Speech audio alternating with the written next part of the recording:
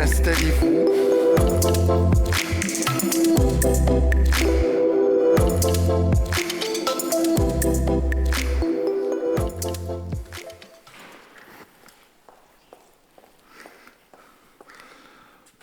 Bon, comme ça, c'est bien.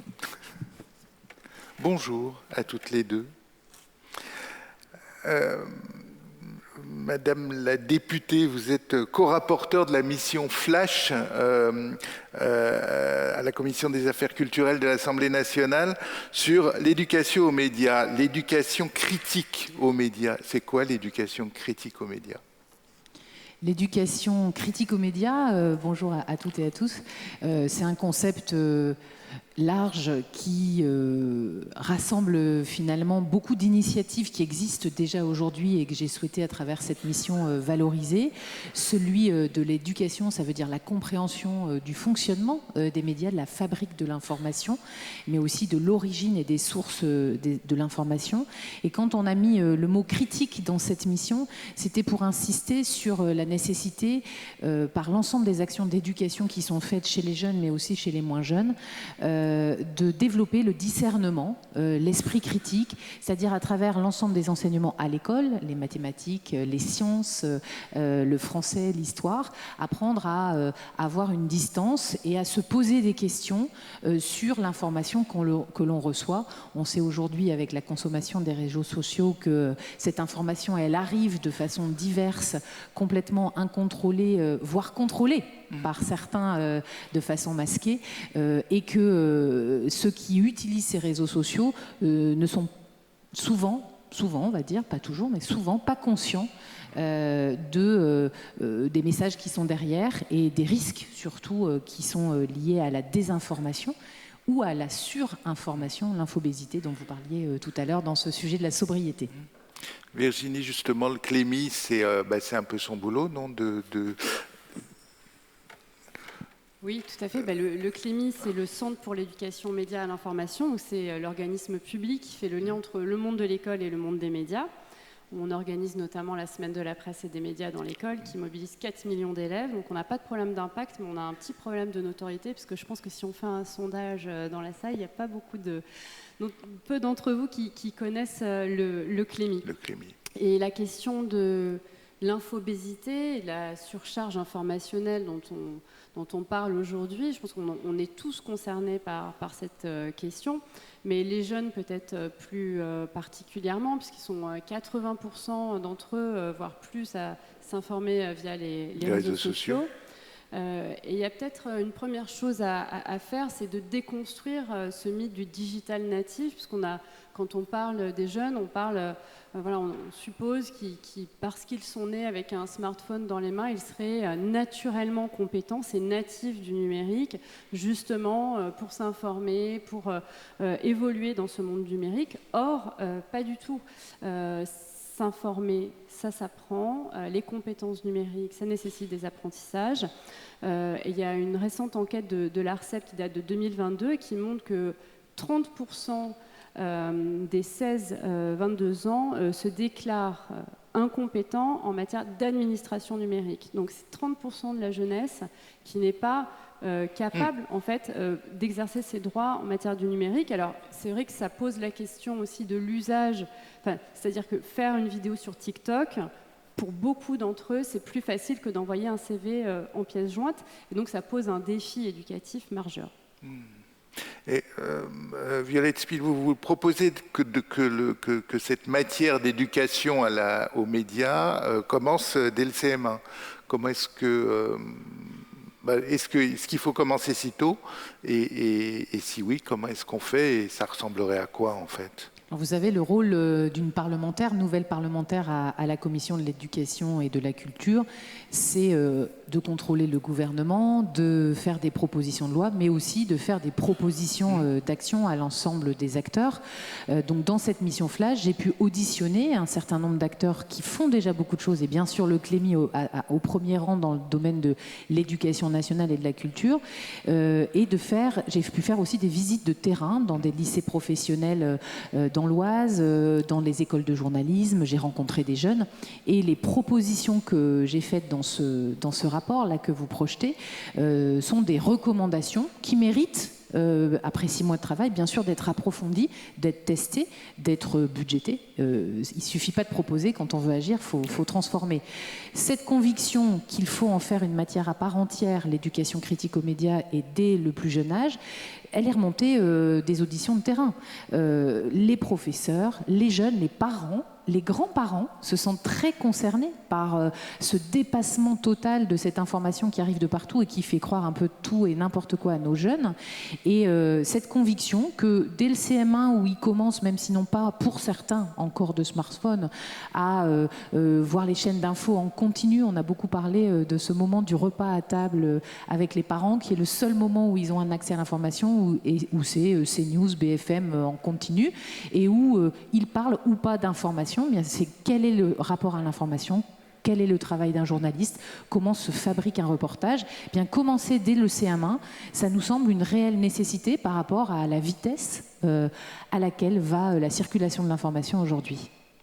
Virginie Clémy, c'est aussi, ou peut-être surtout aussi la formation des enseignants, parce que c'est pas tout de vouloir enseigner une information critique aux enfants. Encore faut-il soi-même avoir les outils pour le faire. Oui, tout à fait. C'est tout à fait juste et essentiel de rappeler la question des moyens, parce que derrière la formation des enseignants, il y a évidemment celle des moyens. Je pense que l'éducation média à l'information, ça concerne l'école, évidemment, pour passer à l'échelle, pour que tous les élèves ne puissent pas sortir de leur scolarité sans avoir pu bénéficier d'une éducation média, mais ça nous concerne tous ensemble. D'ailleurs, il y a une enquête de Milan Presse qui est parue là, très récemment sur le rapport des jeunes à l'information, qui disait que seulement 42% des adolescents faisaient confiance à l'information qu'ils trouvaient sur les réseaux sociaux. En revanche, ils sont 93% à faire confiance à leurs parents. Donc, c'est-à-dire que quand les adolescents ont une question sur une information qu'ils voient sur les réseaux sociaux, ils vont se tourner vers leurs parents. Et aussi vers leurs grands-parents. Et je trouve, par rapport à ce que vous disiez, il y a une espèce d'obsession contemporaine sur les fake news et les jeunes qui seraient très vulnérables. Mais il y a des enquêtes, notamment aux États-Unis, qui ont bien montré que c'était les plus de 65 ans et les plus politisés qui étaient les principaux propagateurs de fake news. Donc voilà, beaucoup de choses à relativiser. Donc évidemment la formation des enseignants, et puis à titre, je pense, de devoir citoyen qui concerne chacun d'entre nous, c'est de développer chez les plus jeunes, dès le plus jeune âge, une culture de la source. C'est-à-dire de se poser cette question, qui me parle et quelle est la motivation de la personne qui me parle? Est-ce que c'est m'informer, me divertir, m'influencer d'une manière ou d'une autre? Cette question, elle était valable à la création des médias, elle sera valable plus tard. Mais à l'heure de ChatGPT qui ne cite pas ses sources, voilà, il y a de nouveaux enjeux éducatifs qui apparaissent aujourd'hui. Et vous avez lancé des multiples initiatives, la famille tout écran. Alors il y a podcast, séries télé, ateliers, voilà. Quel est le bilan de cette... Ce qui, pour nous, sortir, je dirais, du sanctuaire de l'école pour adresser cette problématique à l'ensemble de la société, c'est absolument crucial. Donc, on a travaillé avec la Caisse nationale des allocations familiales, avec France Télévisions, qui a diffusé pendant 4 années notre série sur toutes les antennes de France Télévisions, parce que la question de l'éducation aux médias à l'information, c'est un enjeu de coéducation. Donc, les parents, les journalistes, la puissance publique, politique, les médias, les plateformes, on est tous responsables. Et le bilan, c'est que l'éducation aux médias à l'information, c'est toute la vie. C'est effectivement, je suis tout à fait d'accord avec Madame la députée, même dès la maternelle, si on pouvait le faire, je pense que c'est tout à fait possible. Nous, on le voit sur le terrain, des enseignants qui font des initiatives formidables, mais jusqu'à la fin de la vie aussi. Peut-être pour réagir, moi je crois qu'on est à un moment très important. Vous êtes tous communicants ou dans la sphère de la communication et avec une préoccupation de la sobriété et donc finalement de la santé générale de notre système de vie. On est à un moment important parce qu'il y a une certaine maturité de l'ensemble des acteurs. Moi, c'est ce que j'ai constaté. D'abord, on partage beaucoup de constats avec Madame qui, elle, est dans l'action. On a des inquiétudes par rapport à ce qui arrive dans dans le titre de mon rapport, je parle de guerre de l'information. Il faut bien qu'on trouve chacun les moyens de s'armer. Et cette maturité, elle est partagée finalement. Il y a peu d'opposition frontale entre tel ou tel corps de métier.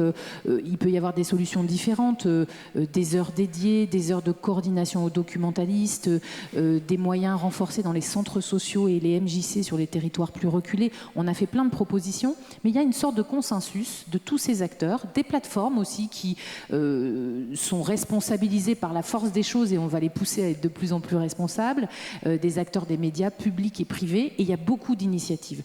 Donc je pense qu'on est prêt maintenant à développer une politique publique très ambitieuse d'éducation critique aux médias. On va avoir une opportunité que j'attends avec impatience, c'est les États généraux de l'information qui ont été promis par le président de la République. Et ça va être un moment où on va croiser ces sujets d'éducation critique aux médias avec d'autres sujets que vous évoquez aussi, l'ingérence, le modèle économique des médias. On vient de voir celui de So Good que je salue. Voilà, toutes ces questions-là, et au cœur de ça, le métier de journaliste, sa transformation, sa révolution. Mais je pense qu'on est tous prêts, en tout cas, à se dire que si on ne s'arme pas, on va être complètement dépassé et on va voir nos jeunes, nos moins jeunes, sombrer dans une anxiété, une maladie de la surinformation, ou se couper du monde. Parce que finalement, quand on discute avec les citoyens, on rencontre quand même de plus en plus de personnes qui disent « moi, je ne regarde plus rien. Comme ça, je vis heureux ».